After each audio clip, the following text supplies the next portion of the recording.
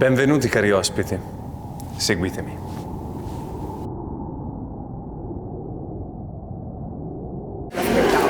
Forza! Forza!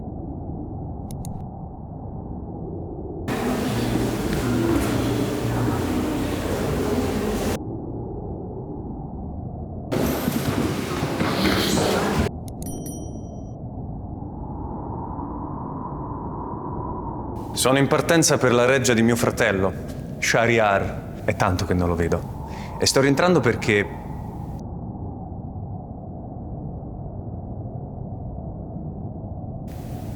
Vedete questo? Questo anello? È l'oggetto che mi lega alla mia sposa, che tengo ben al sicuro nel mio palazzo.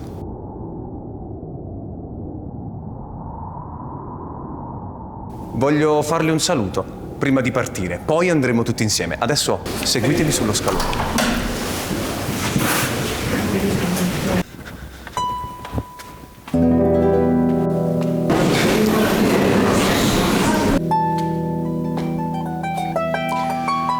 Benvenuti nel mio palazzo, le cui porte fanno viaggiare per luoghi lontani. Attraverso la porta d'Oriente noi arriveremo nella sala delle arti liberali di mio fratello, attraverso questo varco, proprio da questa parte.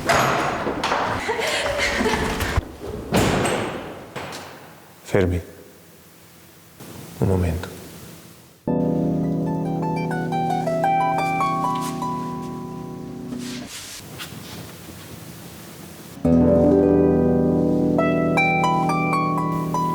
Ma che cosa sta succedendo?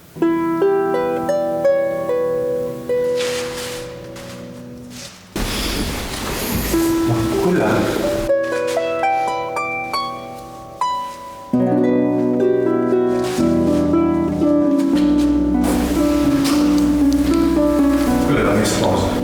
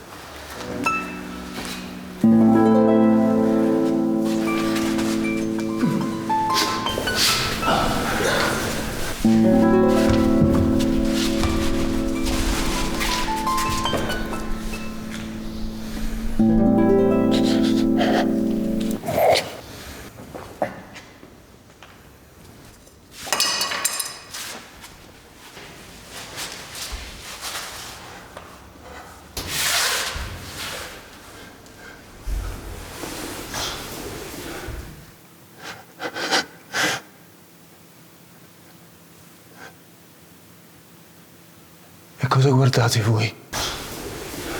Mi ha tradito. Che cosa avrei dovuto fare? Che cosa avreste fatto voi? Non vi è mai successo di aggredire qualcuno perché vi siete sentiti traditi, perché ha tradito la vostra fiducia? Ho sentito sofferenza, rabbia. Forse volevo eliminare la fonte di quel dolore. No, non è vero. Io volevo farle male. Io volevo farle sentire lo stesso dolore. Non è così. quando soffriamo pensando che sia colpa dell'altro, non vogliamo fargli male. Perché? Perché vogliamo fargli male? Perché? Perché questa necessità di reagire? Perché è così importante colpire? Perché? Perché? Perché ho ucciso la mia sposa.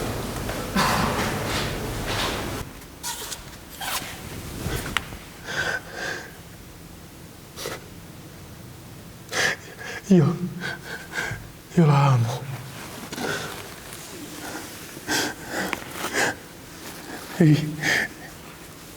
Ehi, io la amo ancora.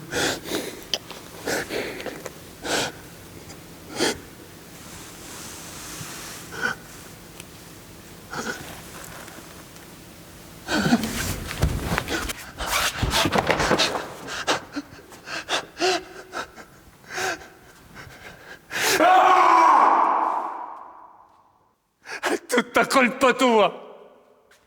Che cosa avrei dovuto fare? Che cosa avrei dovuto fare? Io sono un uomo, un re.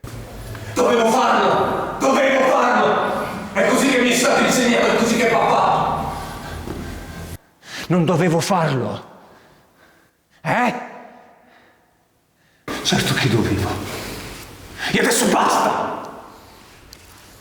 È tempo di andare alla reggia di mio fratello. Era l'unica cosa da fare. Era l'unica cosa da fare.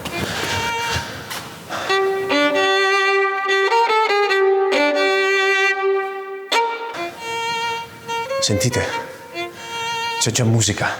È festa nel suo palazzo. Attraverso la porta d'Oriente noi arriveremo dritti nel suo salone. Seguitemi.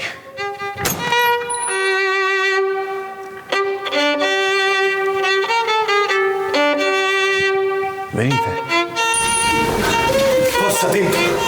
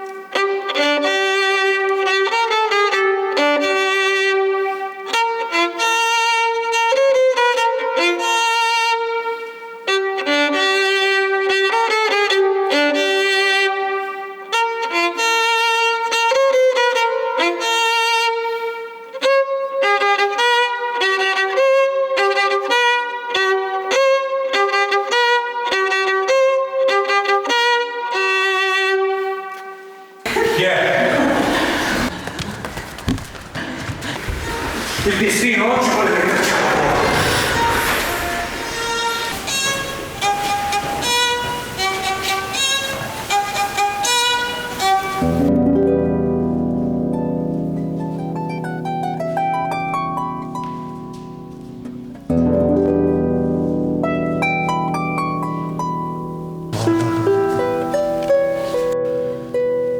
Prima nella mia reggia e adesso la stessa sorte a mio fratello. Devo andare da lui. Rimanete qui, non vi muovete.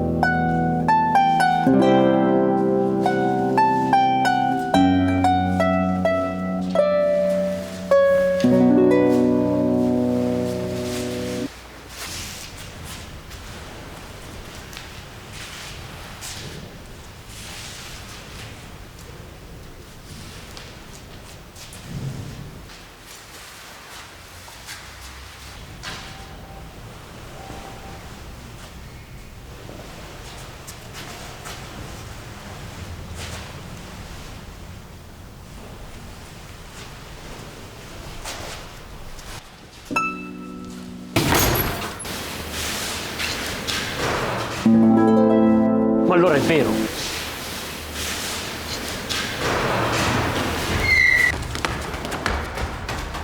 Tu!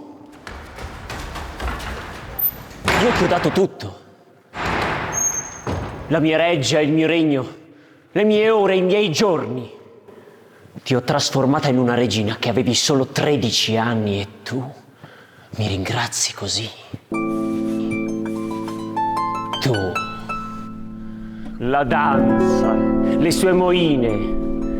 Gli adulti non sognano. Hanno bisogno di parole che spieghino. Gli adulti comunicano. Tu non parli. I tuoi movimenti ormai non dicono nulla per me, sono vuoti. Sono solo pieni di colpa. Le tue azioni di oggi sono imperdonabili. Tu, per me, ora sei solo perdita.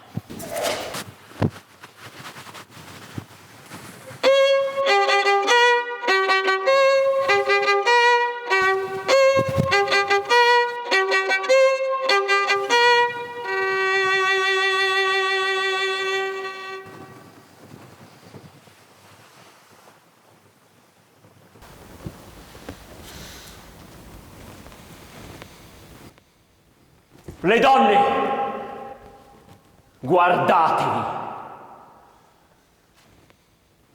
Vi muovete, non state mai zitte. Alle volte state in silenzio e rimanete immobili. Siete un disastro. Svampite, irresponsabili, inaffidabili. Volete giocare. Volete divertirvi. Sapete cosa?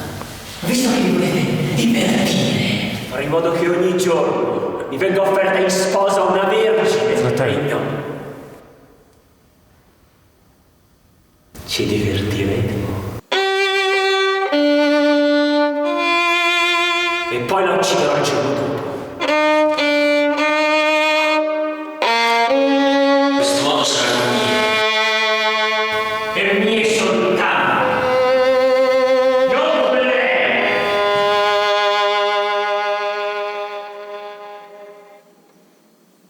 Ed ora, ospiti di mio fratello, perdonate questo triste spettacolo. E tu, Zaman, non soffrire. Era quello che si meritavano. Dovevamo farlo. Ma lasciamo perdere tutto questo. Venite con noi, gentili ospiti. Dirigiamoci verso il mare.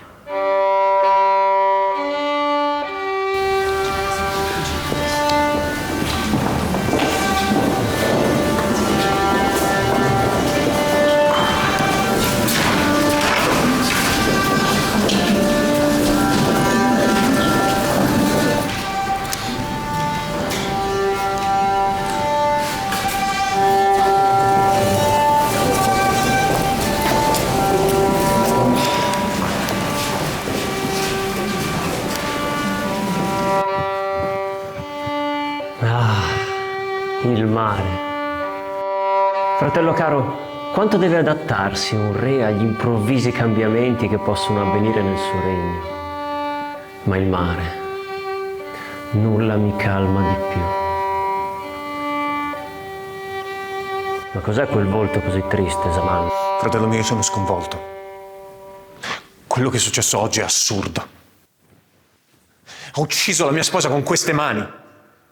E tu hai fatto lo stesso. Ti ha tradito, Zaman. Hai fatto solo quel che dovevi. Era una fanciulla. Io sono molto più grande di lei. Forse aveva pur diritto Ma cosa stai dicendo? Se anche l'onore di un semplice uomo va riscattato con la vita, figuriamoci il nostro, che è quello di un re. Tu non capisci, fratello. Tu non vedi in questo momento. Sei accecato dalla tua furia, dalla tua rabbia, dalla tua vendetta, dalla voglia... Che cos'è quella cassa?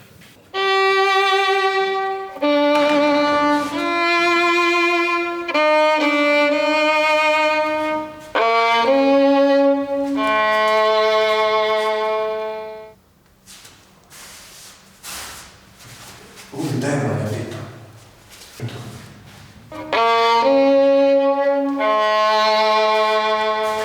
Zaman.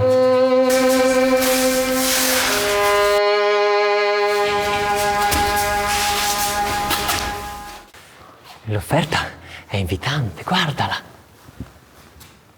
Rial, capisco il tuo desiderio di lussuria e di vendetta, ma è la ninfa di un demone. Se il demone se ne accorge, saremo morti prima ancora di rendercene conto. Saman, forse non hai sentito quello che ha detto alla fine. Cos'è che avrebbe detto alla fine che ti avrebbe così convinto a seguire il suo desiderio? Se noi non daremo seguito al suo desiderio, lei darà seguito al suo demone.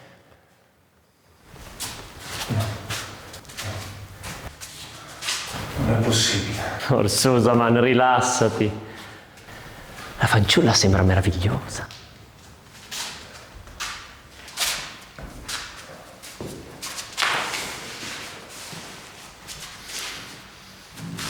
Forza, Zaman.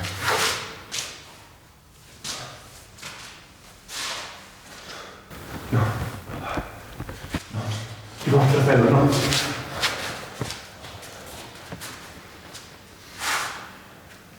Coraggio. Zaman. Ma che uomo sei? Già, che uomo sono.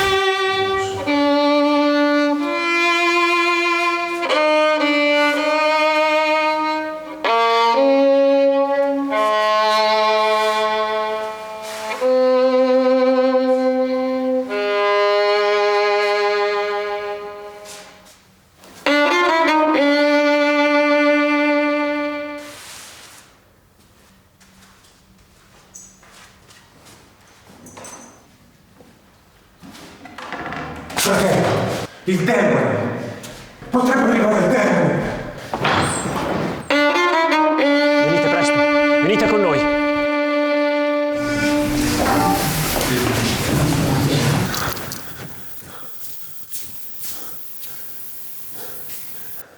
I nostri anelli, fratello. Sì, però il demone è stato ingannato ben più di noi, eh? Rial, ti prego!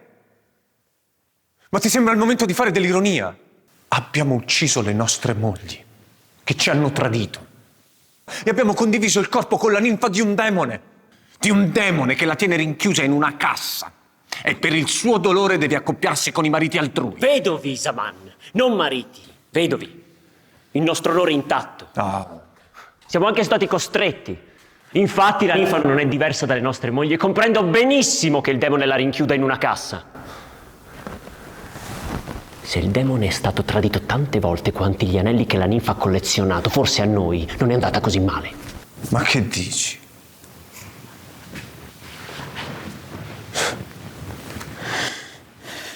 Fratello mio, io non vorrei mai aver compiuto queste azioni. Io non posso vivere con questo fardello.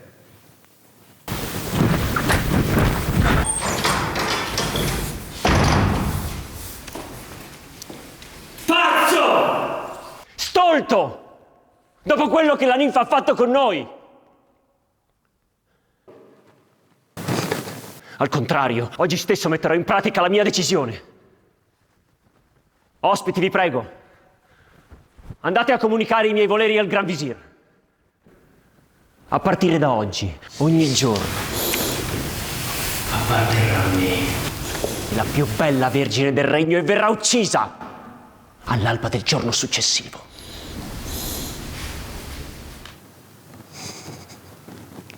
È perfetto. Bene, forza. Andate. Andate. Troverete il Gran Visir dietro quella porta.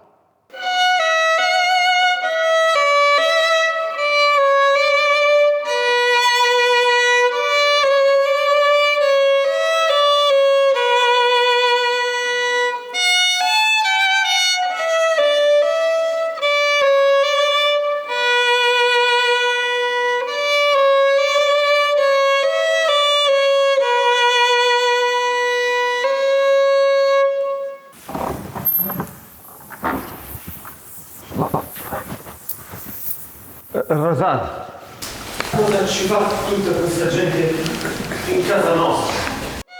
Non lo so, padre. Forse portano un messaggio. Chiediamolo a loro.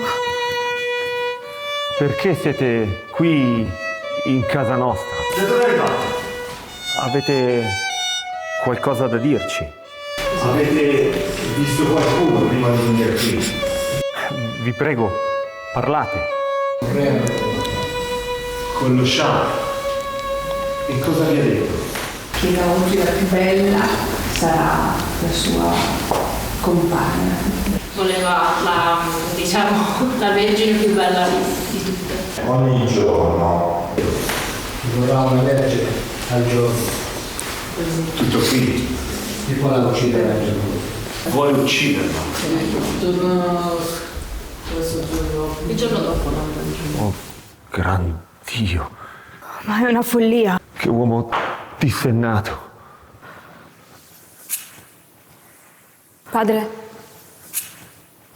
voglio sposare questo re. Vivrò. Troverò il modo per salvarmi e far cambiare le cose. Ma sei pazza! Piuttosto dovrei nasconderti, tutti i sudditi avranno già portato via lontano le loro figlie. Padre, questa è la mia volontà. Razad, desisti.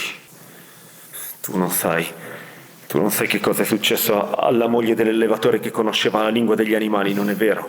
No, perché padre? Che cosa successe?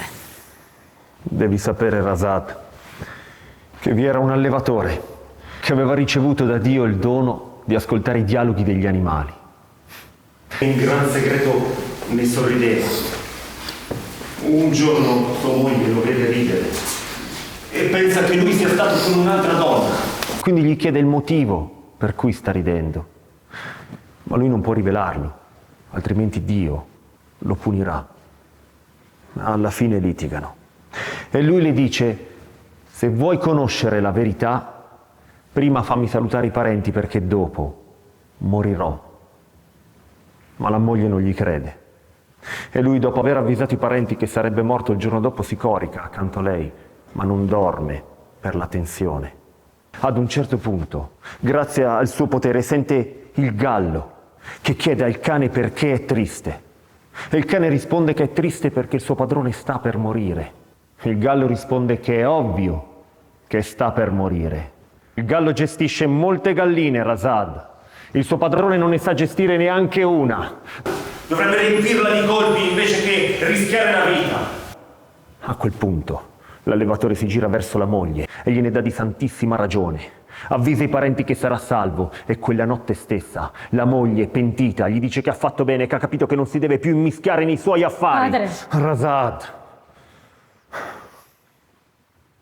io lo so che tu vuoi essere la liberatrice delle altre vergini, o che addirittura pensi di poter cambiare il cuore dello Shah, ma questa è un'impresa che non ha senso.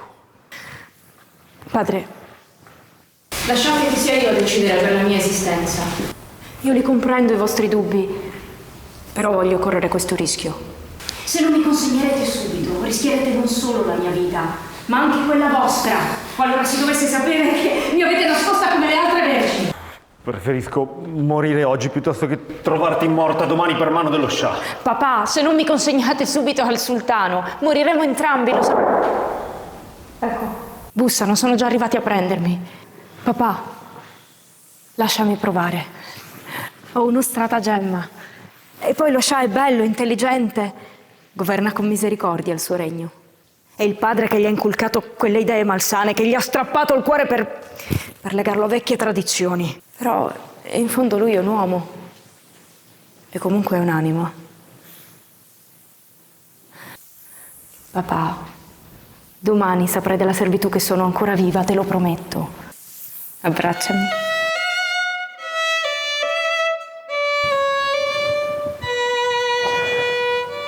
Razad, questa può essere l'ultima volta che ci vediamo.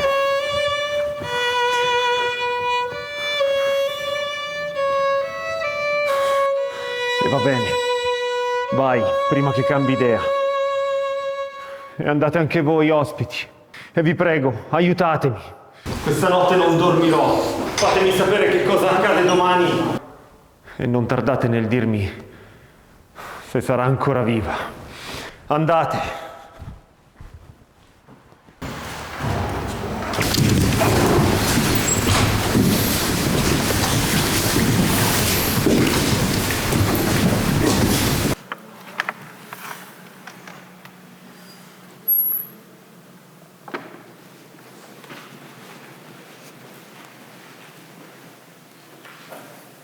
Mio Shah, il Gran Visir ha detto che mi stavate aspettando.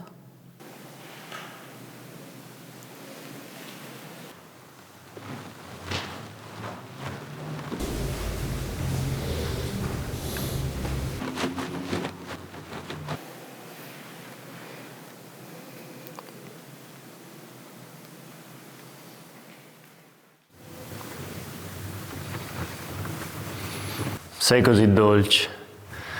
Non ho mai provato una sensazione così nello sfiorare una donna.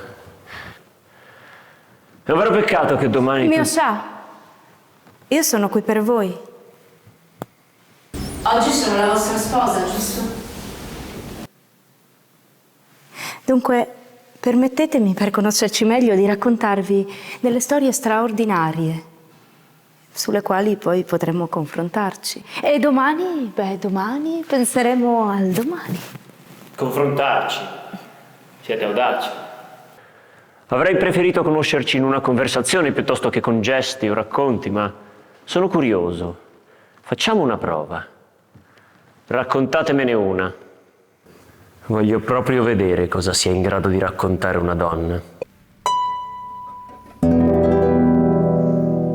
C'era una volta una viandante che sulla sua strada incontrò un demone che voleva ucciderla.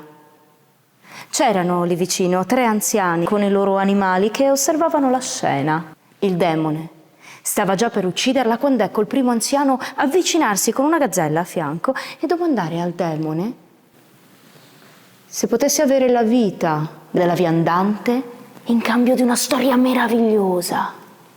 Così il demone ci pensò su e per raggirarlo disse che sì, avrebbe concesso 1/3 della vita della viandante, ma solo se la storia fosse stata straordinaria. Allora l'anziano iniziò a raccontare di come egli fosse un allevatore e quella gazzella al suo fianco un tempo fu sua moglie.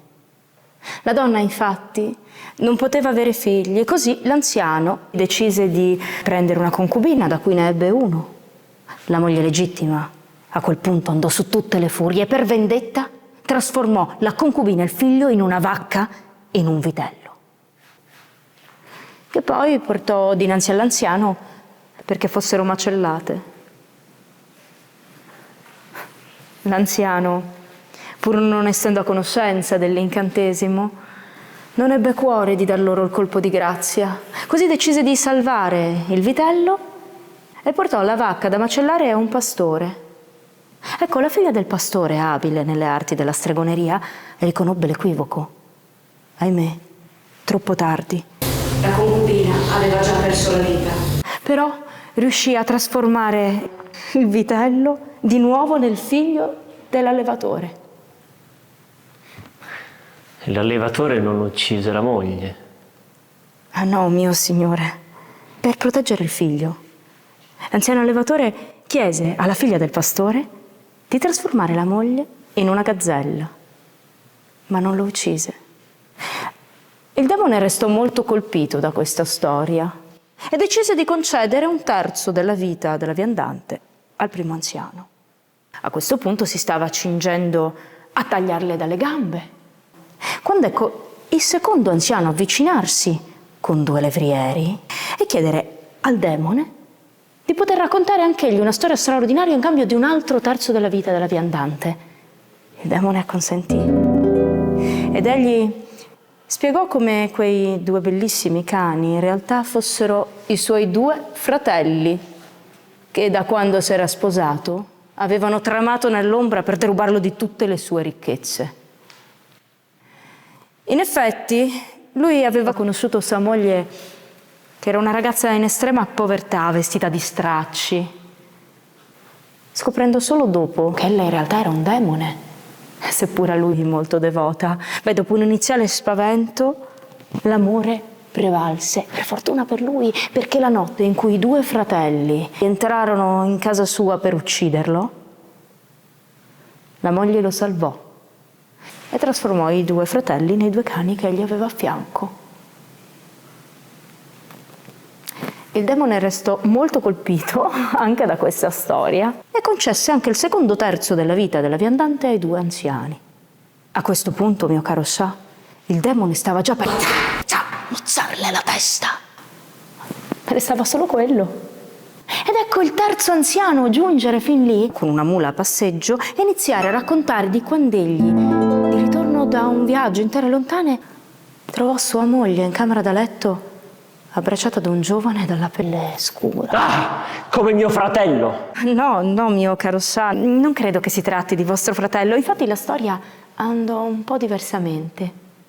Vedete, quando la moglie, abbracciata all'amante, vide entrare l'anziano marito, improvvisamente gli gettò dell'acqua addosso e lanciò un incantesimo che trasformò l'anziano in cane.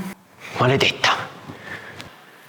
Per fortuna, da buon cane, corse subito dal macellaio a rosicchiare qualche ossicino, ed è lì che la figlia del macellaio si stupì e chiese al padre come mai avesse dato un osso e non della carne ad un uomo. Ella infatti era abile nelle arti magiche, spiegò al padre che quel cane in realtà era un uomo e invertì l'incantesimo.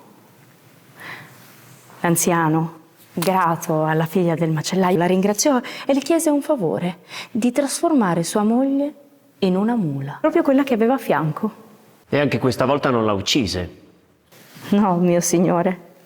Il demone restò colpito da questa storia. Mai insospettito, volle domandare direttamente alla mula se quanto avesse raccontato l'anziano fosse vero, perché non riusciva proprio a credere che l'anziano non l'avesse uccisa. Ma la mula annuì e il demone non poté fare altro che constatare la veridicità del fatto. Così decise di concedere la vita della viandante ai tre anziani, ma a un patto che gli si raccontasse un'altra storia.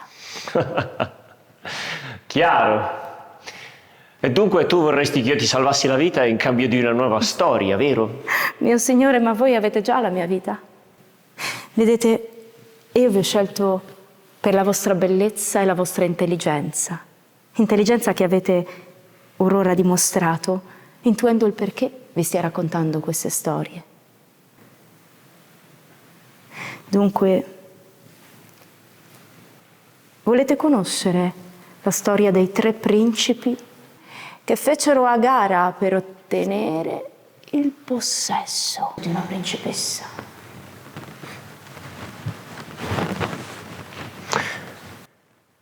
Il possesso, eh? Già, si usa a dire così, no?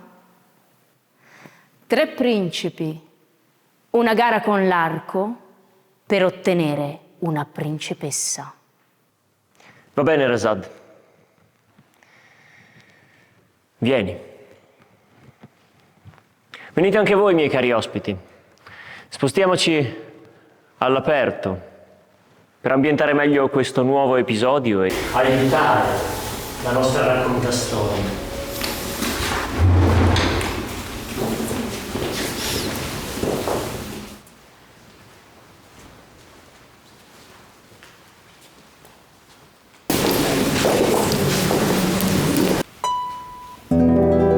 In un tempo non molto lontano, un re, padre di tre principi, decise di adottare una principessa. I quattro crebbero insieme armoniosamente. Ma quando furono grandi, i tre principi si innamorarono profondamente della principessa e la vollero in sposa. Così il padre decise che chi di loro avesse scagliato la sua freccia più lontano in un torneo indetto in tutto il regno avrebbe ottenuto la mano della principessa. Il primo, che non era abile con l'arco, desistette subito, sconsolato.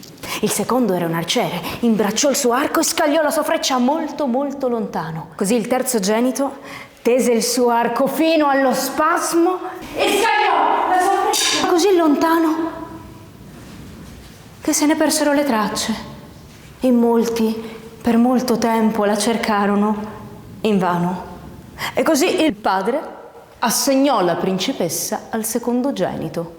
A questo punto il terzogenito, deciso a voler ritrovare la sua freccia, si incamminò e avanza tenace finché a un giorno, eccola, la sua freccia di fronte a una parete rocciosa. Si inchina, la prende e davanti a lui appare un immenso portone dorato che s'apre immediatamente e dietro una reggia meravigliosa, circondata da lussureggianti e verdi giardini pieni di fiori.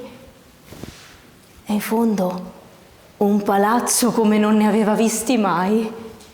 Avanzando ancora un poco, si imbatte in quella che sembra essere la regina del luogo, che lo accoglie e lo saluta per nome, al che egli ringrazia, stupito, e le domanda come mai ella conoscesse il suo nome. Non vi pare strano quello che vi è accaduto finora? La gara di frecce, la scomparsa della vostra? Sono responsabile e artefice di tutto ciò che vi è accaduto finora. Governo il mondo dei geni e dei demoni. Sono Quivi, la regina. Vi ho condotto fino a me perché poteste conoscermi e valutare la possibilità di un'esistenza in questi luoghi, qui, accanto a me. Mia regina, rispose lui, prendetemi vostro schiavo, vi servirò fino al resto dei miei giorni. Su via, principe, alzatevi. A me spiace, mi rincresce aver cambiato il corso della vostra vita, facendovi giungere fino a qui. Però l'unico motivo per cui vi ho condotto a me è per conoscerci e per poter capire quanto amore possa esserci tra di noi. Io lo so che nelle vostre terre non è d'uso che una donna si proponga come sto facendo io. Però vedete, in questo mondo le donne sono padrone delle proprie vite. E non solo, anche responsabili della propria parola. Guarda che ti ho capita, sai. Razad, ho capito benissimo che cosa significa la tua storia. Tu hai convinto tuo padre, sicura che mi avresti ammaliato. Io non so se posso fidarmi di una donna così sottile. Mio Shah, è solo un racconto. Io non ho altri poteri magici se non le mie storie. Certo, ho scelto io di essere vostra sposa. Mio padre ha tentato persino di dissuadermi, però ho rivendicato la mia scelta, questo sì. E lui ti ha lasciato andare? Un padre che consente a una figlia di scegliere da sola cosa fare? Mio padre mi stima, mio signore. E sì, ha accettato la mia scelta, anche se dovesse soffrirne per il resto dei suoi giorni. Mio padre non avrebbe mai permesso!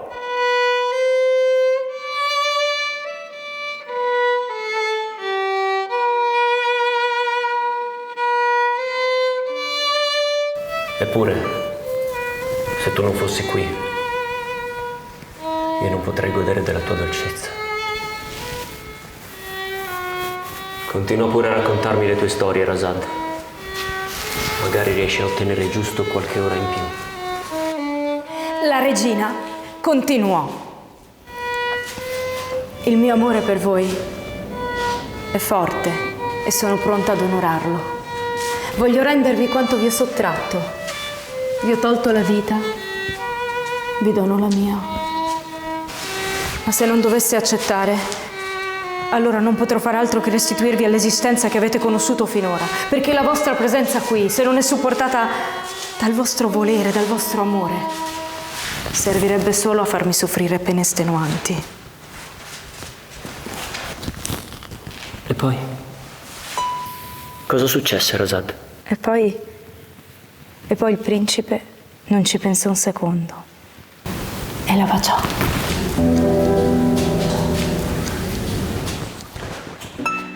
E dunque finisce così? Sì, mio signore. Il demone liberò la viandante, Ma dopo averlo fatto, raccontò lui stesso un'ulteriore storia. E ce n'è infatti un'altra che vorrei raccontarti, Shahryar. Ma è una storia molto intensa. Vieni, Razan, spostiamoci nella sala reale. Voglio che tutti ascoltino bene la tua storia speciale. E voi, cari ospiti, seguiteci. Non sarà certo una semplice storia a spaventarmi.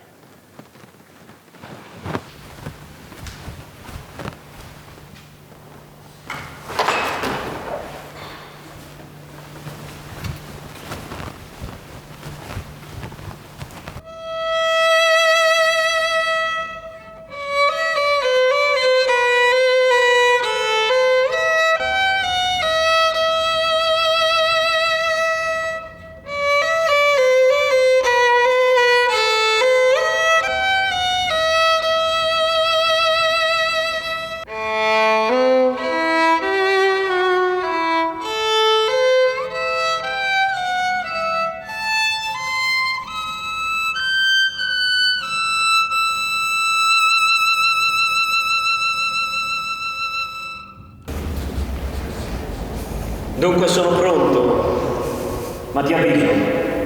Da questa storia dipenderà la tua vita. Sono già morta allora. Morta in una cassa ritrovata sulle rive del mare dal gran visir del leggendario re Harun. Sulle rive del mare, una cassa. Razad, ma sai anche questo? In che senso, Shahryar? Continua pure. Come volete. Il re Harun domandò al suo gran visir: dove avete trovato questa cassa, Jafar? Mio signore, l'ha portata un pescatore. Bene, bene, forza, apritela, sbrigatevi. Bene, mio signore, forza, avanti, apritela.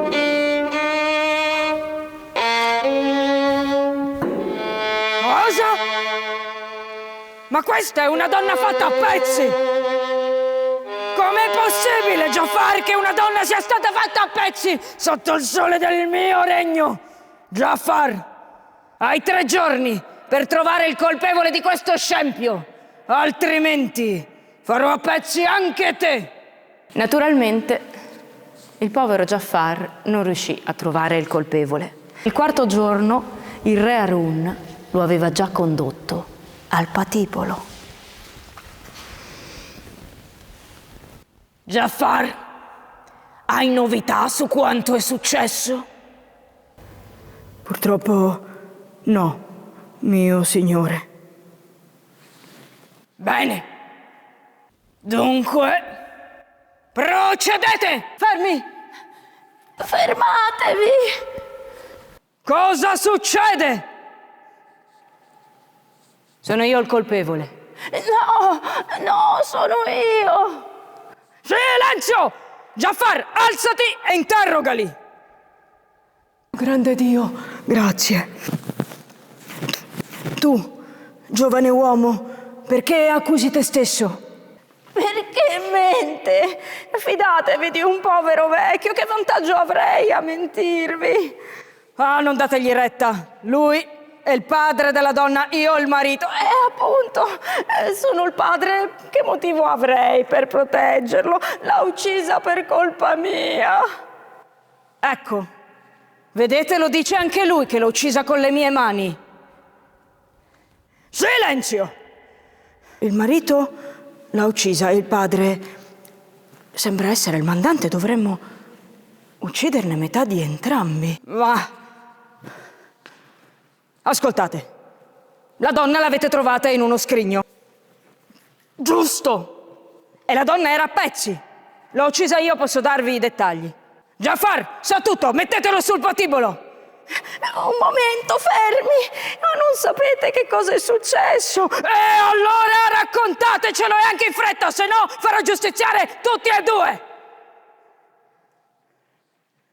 Certamente. Dunque, vedete, io avevo una moglie. Ti amavo moltissimo. Un giorno cadde ammalata di una malattia incurabile e così partì per un lungo viaggio in terre lontane per procurare delle speciali mele magiche che potessero ridonarle la salute. Al mio ritorno mia moglie era ancora malata, dunque dormiva. Così appoggiai le 3 mele a fianco al letto e uscii per alte faccende. Al mio ritorno però, sulla strada verso casa, vidi un servo con una mela d'oro in mano. Allora mi avvicino, senza dire che ero il marito, e gli chiedo come mai, che cosa ci facesse con una mela d'oro in mano. Ed egli risponde: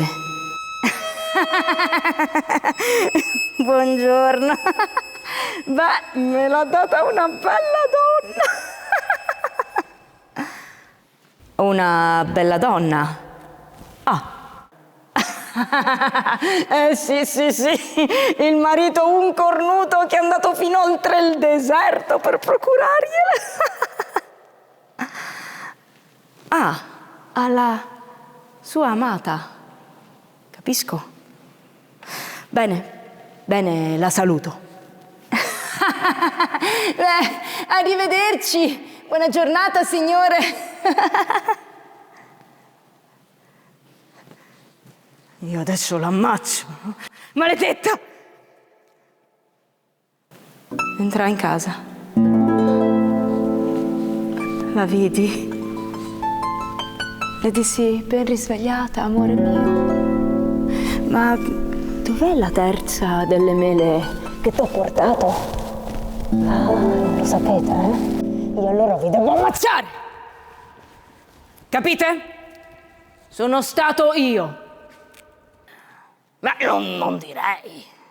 Il colpevole qui è il ragazzo, l'amante della moglie. Jafar, ti do 3 giorni per trovare il ragazzo. Come? 3 giorni. Naturalmente, neanche questa volta Jafar riuscì a trovare il ragazzo e finì nuovamente sul patibolo. Procedete! Un momento, mio signore. Ecco, potrei salutare per l'ultima volta mia figlia prima di morire. Va bene, te lo concedo. Ma dov'è? Le ho lasciato una nota. Dovrebbe arrivare a momenti. Padre! Figlia! Padre! I 2 si abbracciarono a lungo e nell'abbraccio il padre percepì qualcosa nella tasca della veste della figlia. Che cos'hai qui, figlia mia? Niente, padre, è soltanto una mela d'oro. Cosa? Sì, me l'ha regalata il mio ragazzo. Il tuo ragazzo? Sì, padre, è qui con me, è rimasto nell'altra stanza. Amore, vieni, entra pure.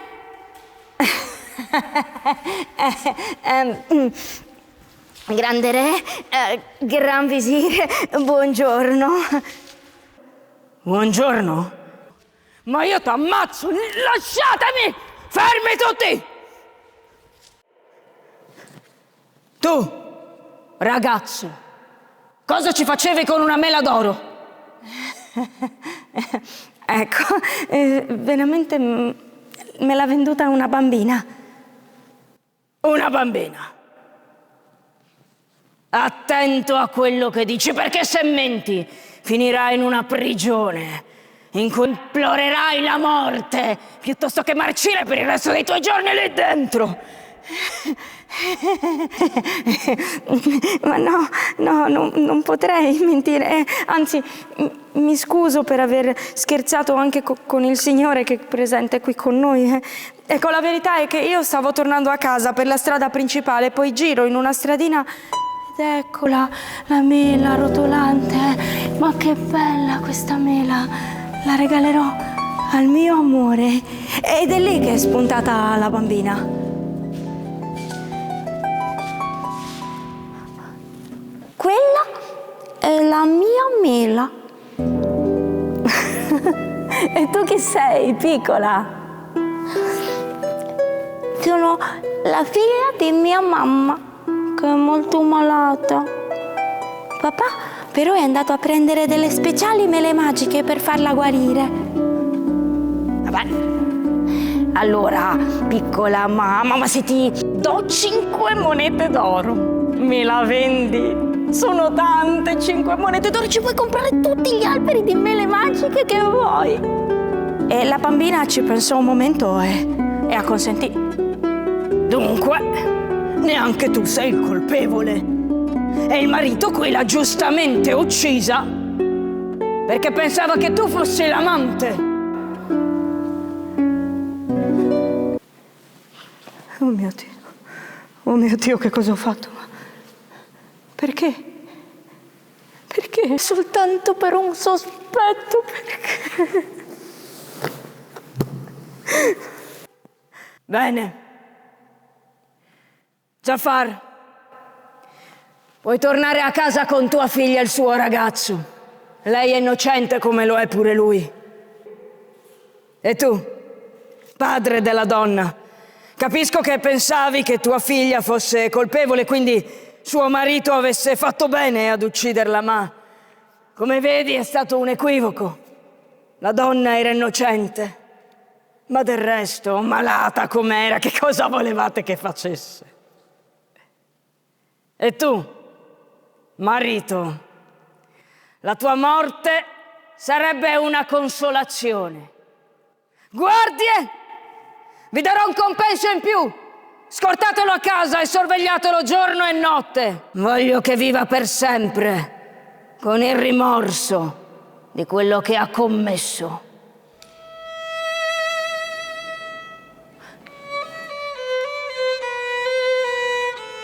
Mio sa che cosa succede?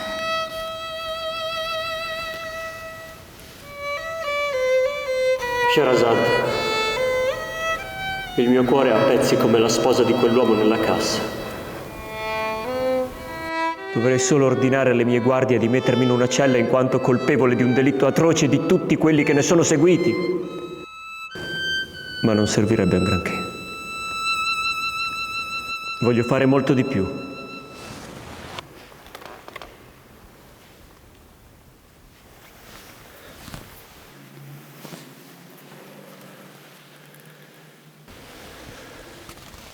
Vi ridono la libertà, Sherazad.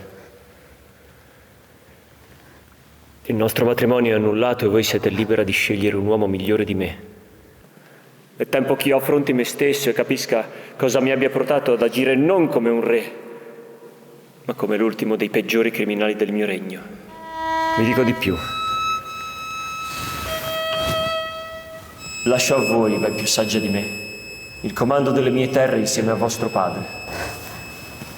È tempo che anche la saggezza delle donne guidi il futuro di tutti.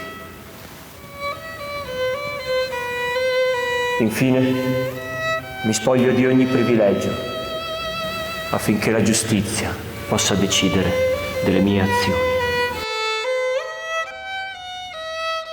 Mio sa, le vostre parole mi commuovono. Sono ancora più convinta della mia scelta. Attenderò tale decisione e non per il vostro pentimento, ma perché ora so che avete compreso che sono le storie che vi hanno raccontato che vi hanno indotto ad agire così, che quella cultura malsana che vi ha portato ad uccidere è quella stessa cultura che deve morire ora, qui, dentro di te.